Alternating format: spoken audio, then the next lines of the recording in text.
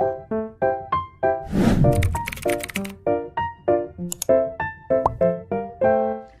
welcome back to my YouTube channel, and for today's tutorial, I will be teaching you on how to save video on TikTok.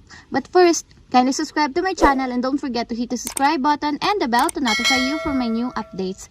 And if you want to learn more, just keep on watching and let's start. So for today's video, gagamit tayo ng TikTok application. So i-open na natin. So pagka-open ng inyong TikTok application, pili lang kayo nung gusto nyong i-save. For example, itong videos na to.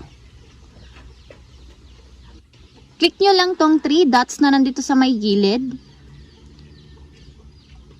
Tapos may magpa-pop up na option, click nyo lang yung save video para ma-save.